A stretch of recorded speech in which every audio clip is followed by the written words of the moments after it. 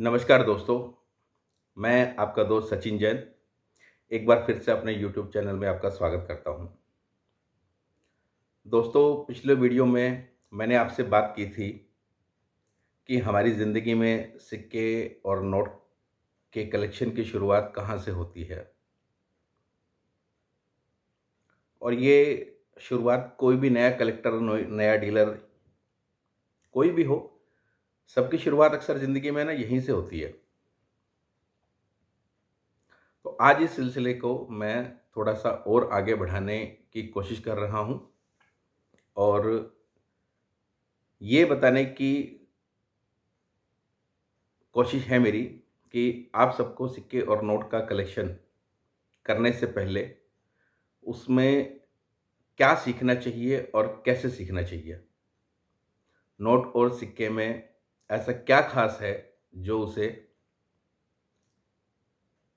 Common item से महंगा बनाता है। दोस्तों, जिस प्रकार हमें अपनी पूरी ज़िंदगी सही तरीके से चलाने के लिए, पूरी ज़िंदगी कमाने के लिए, व्यवहार, आचार, हर चीज़ के लिए, जैसे उम्र के शुरुआती दौर के 15-16 साल स्कूली शिक्षा को देने ज़रूरी होते हैं, उसी तरीके से कोई भी काम को करने से पहले उसको सीखना ज़रूरी होता है। बिना सीखे ड्राइवर नहीं बन सकता, कोई डॉक्टर नहीं बन सकता, कोई इंजीनियर नहीं बन सकता। इन सबको भी पहले अपने फ़ील्ड के बारे में जानकारी लेनी होती है, उसकी पढ़ाई करनी ज़रूरी होती है, उसको सीखना ज़रूरी होता है। और सीखना इसलिए भी ज़रूरी होता है कि हम आगे जाके उस चीज़ में काबिल बन सकें और कोई नुकसान ना उठा सकें। तो सीखना भी एक कला है और बहुत ही ज़रूरी है। अब बात करते हैं हम नोट और सिक्के के कलेक्शन करने से पहले उसके बारे में कहाँ से सीखें।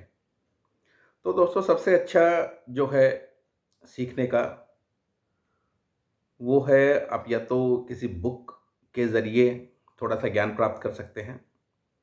बुक भी सही तरीके से आपको पूरा ज्ञान नहीं दे सकती, लेकिन हाँ, ये है कि आपको बेसिक बता सकती है।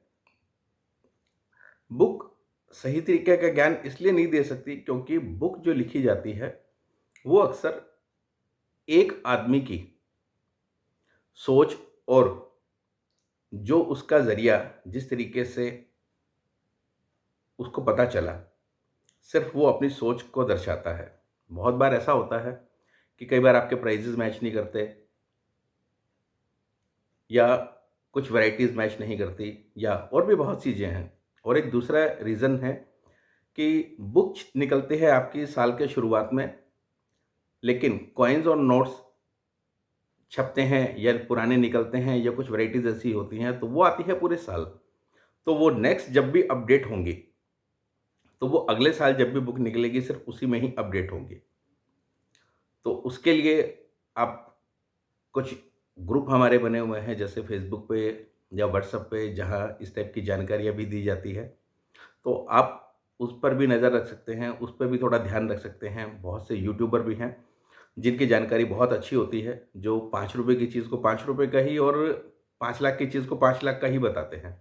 ऐसा नहीं कि आपको ₹5 की चीज़ वो 5 लाख का बता रहे हैं। तो ₹5 की चीज़ ₹5 लाख बताने वाले यूट्यूबर जितने भी हैं, उनका मकसद ज्ञान देना नहीं, सिर्फ़ अपने फॉलोवर बढ़ा के यूट्यूब से कमाई करना होता है। तो ऐसे यूट्यूब जो बनाने वाले हैं, उनको आप छोड़ दीजिए, लेकिन जो सही तरीके का ज्ञान दे रहा है, आप उसको पकड़िए। दूसरी बात, आप जब सही तरीके से अपने आप को सीखना शुरुआत करेंगे, तो जो आपका कलेक्शन बनेगा, वो बहुत अच्छा बनेगा। क्योंकि अपने सीखने से जो आपने काम किया, वो कभी भी आपको धोखा नहीं देगा, नुकसान नहीं देगा। अक्सर हम ऐसा होता है कि कोई भी काम हो, हम ग्राहक जो होता है, वो दुकानदार की चिकनी-चुपड़ी बातों में आ जाता है। दुकानदार थोड़ी-सी तारीफ़ करे तो ग्राहक फूल जाता है कि नहीं यार, सामने वाले ने मेरी तारीफ़ कर दी तो मैं बहुत जानकार हूँ। ऐसा कभी भी ना करें। दूसरी चीज़, बहुत बार ऐसा होता है कि नए कस्टमर को हमेशा ये लगता है कि आज मुझे ये चीज़ मिल रही है, हो सकता है कल को ना मिले। तो इस बहकावे में आके या डीलर के इसी बहकावे में आकर अक्सर कभी-कभी ₹2 की चीज़ वो ₹100 में भी खरीद लेता है।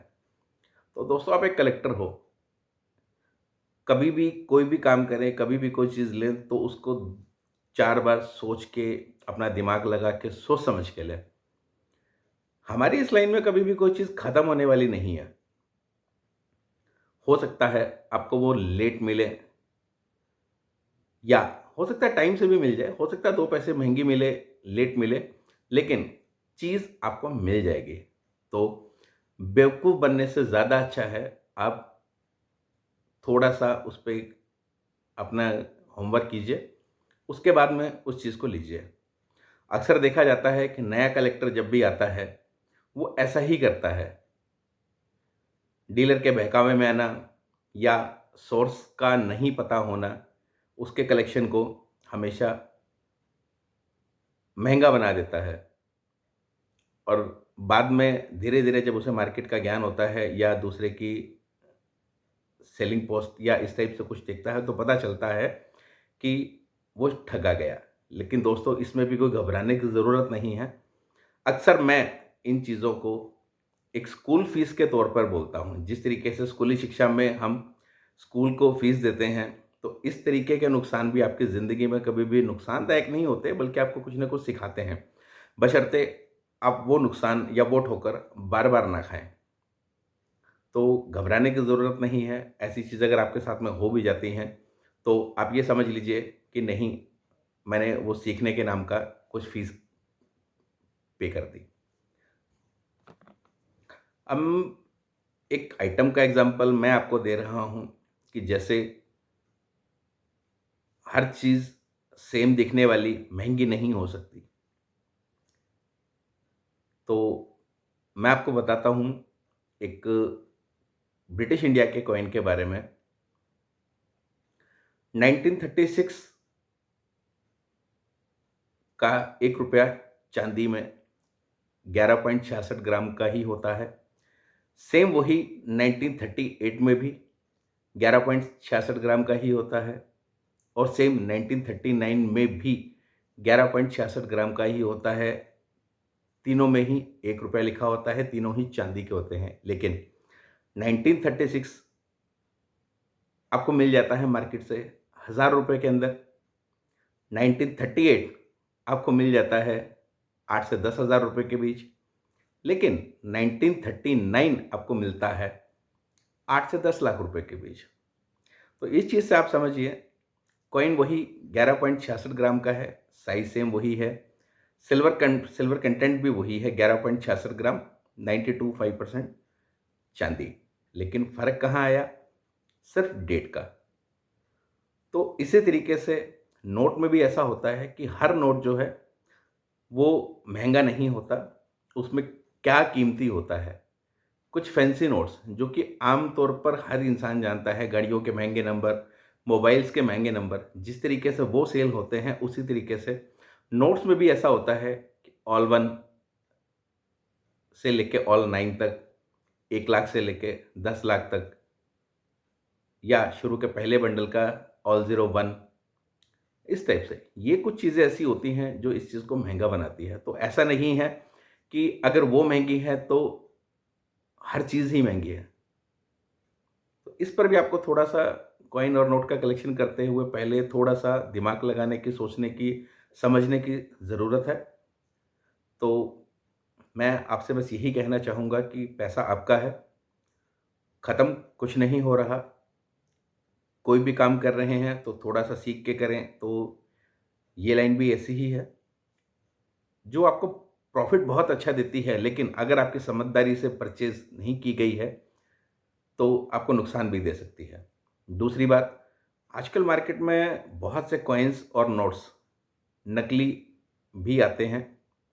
जैसे कि कुछ महँगे कॉइन्स का या महँगे नोट्स का डुप्लिकेट बना देना, कॉइन्स के मिंट मार्क को बदल देना, बदल के उसको महँगा बना देना, या कुछ कॉइन्स के डुप्लिकेट, कुछ महँगे कॉइन्स ऐसे भी हैं जिनके आजकल बहुत मात्रा में डुप्लिकेट आ रहे हैं।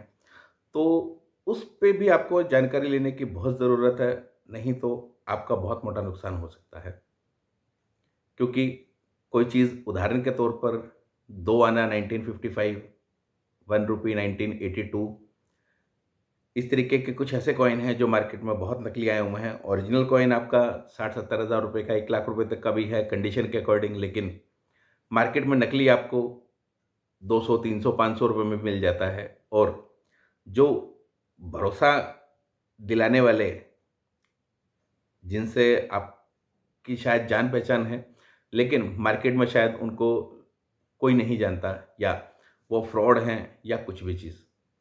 तो वो लोग आपको ऐसी चीज़ें देने में माहिर होते हैं, आपका दिमाग पढ़ने में, दिमाग को बेवकूफ़ बनाने में आपका दिमाग लगाएँगे कि नहीं सर ये दोबारा नहीं मिलेगा, या ऐसी टाइप की कोई भी चीज़ है। तो उसको आपको थोड़ा-सा ध्यान देने की ज़रूरत है कि आप ऐसी चीज़ों में कभी भी जल्दबाज़ी ना करें। लें तो कहीं से आप जानकारी पहले लें कि आप किस चीज़ का पैसा दे रहे हैं, क्यों दे रहे हैं। तो महँगे आइटम की तरफ या तो आप जाइए मत जाइए, तो बहुत सोच समझ के बाइंग करें। और अगर आपने गलती से ऐसा कुछ कर भी लिया है, तो आप लेने के बाद उसे एक बार किसी एक्सपर्ट या जो जानकार लोग हैं, उससे आप उस चीज़ की पहचान ज़रूर कराइए कि आपने असली लिया है या नकली। तो सिक्के और नोट में सीखने लायक, करने लायक बहुत कुछ ऐसा है। Republic India coin, Republic India notes, ये हमारी न्यूमिस्मेटिक लाइन की एबीसीडी है। तो आप सोचिए एबीसीडी ये है, तो ज़ेड तक पहुँचने में कितना समय लगेगा? मैं अपने एक्सपीरियंस के अकॉर्डिंग बोलूँ, तो जहाँ तक मैंने समझा है, मैंने देखा है, मैं समझता हूँ, आपको ज़ेड तक पहुँचने में शायद 2 ज़िंदगी भी छोटी पड़ सकती हैं। शायद ही कोई ऐसा इंसान हो जो ये बोल सके कि सिर्फ़ इंडिया के ही कलेक्शन में, हर चीज़ के कलेक्शन में वो पूरे तरीके से माहिर है। नहीं, कोई भी नहीं। तो पहले जो आप कर रहे हैं, जो आप करना चाहते हैं, तो जैसे मैंने बताया कि रिपब्लिक इंडिया कॉइन्स और नोट जो हैं वो इसकी एबीसीडी है, तो पहले आप शुरुआत एबीसीडी से करें। और मोस्टली क्या होता है कि नए कलेक्टर का जब भी ध्यान जो जाता है, वो एबीसी पे ही जाता है। ऐसा अक्सर इसलिए होता है क्योंकि रिपब्लिक इंडिया जो है, वो हमारे रोज़मर्रा की ज़िंदगी में यूज़ भी होते हैं, और कुछ कॉइन्स और नोट्स हम सबके घरों में रखे भी होते हैं। तो वही हमारे अट्रैक्शन का सबसे पहला कारण है। और मैं कहूँगा भी यही कि आप सबसे पहले रिपब्लिक इंडिया के नोट्स या कॉइन्स को कलेक्ट करें, उसके कलेक्शन को पूरा करें। उसमें भी अगर सही तरीके से पूरा करेंगे तो आपको काफ़ी टाइम लगेगा। तो पहले आप उसको करें, उसके बाद ब्रिटिश इंडिया, मुगल या किसी और चीज़ पर जाएँ। और दूसरी चीज़, एक थोड़ा-सा ध्यान अपना केंद्रित ज़रूर करें, क्योंकि नया कलेक्टर जब आता है तो वो कन्फ्यूज़ होता है कि उसे करना क्या है, तो वो हर तरीके से हाथ-पैर मारता है। तो जैसे कि एक पुरानी कहावत है कि 2 नाव में सवारी करने वाला हमेशा डूबता ही है। तो आप भी पहले अपना एक फ़ोकस क्रिएट करें कि आप करना क्या चाहते हैं? आपको कॉइन अच्छा लगता है, नोट अच्छा लगता है, या आपको दोनों करने हैं? तो अगर कॉइन अच्छा लगता है तो आप पहले कॉइन की तरफ ध्यान दीजिए। अगर आपको नोट अच्छा लगता है तो नोट की तरफ ध्यान दीजिए। दोनों करना चाहते हैं तो शुरुआत के तौर पे कभी महँगे आइटम पे मत जाइए, छोटे-छोटे से अपना कलेक्शन बनाना स्टार्ट कीजिए। बाद में आप महँगे आइटम की तरफ जाइए, क्योंकि कलेक्शन का जो शौक है, ये बहुत महँगा है। एक समय आने के बाद में, अच्छा खासा पैसा लग जाने के बाद आपको समझ नहीं आएगा कि मैं इस तरफ जाऊँ या उस तरफ, जो बाद में आपके नुकसान का कारण भी बनता है। तो मैं आपको बस यही कहना चाहूँगा कि थोड़ा-सा अपना दिमाग केंद्रित करके आप समझिए, सोच समझ के फिर कलेक्शन कीजिए, और अपने कलेक्शन को अच्छा बनाइए। दोस्तों, अगली वीडियो में मैं कुछ कॉइन्स और नोट्स की इमेज के साथ में आपके साथ में शेयर करूँगा, ताकि अभी मुँह ज़बानी बोलने की बजाय उन पिक्चर को देख के आप समझ पाएँ कि उसमें ऐसा क्या ख़ास है, या क्यों ये कॉइन्स और नोट्स बाकी सब चीज़ों से हट के हैं। तो अगली वीडियो में बने रहने के लिए मेरे चैनल को लाइक और सब्सक्राइब ज़रूर करें, और बने रहिए मेरी वीडियो के साथ। धन्यवाद।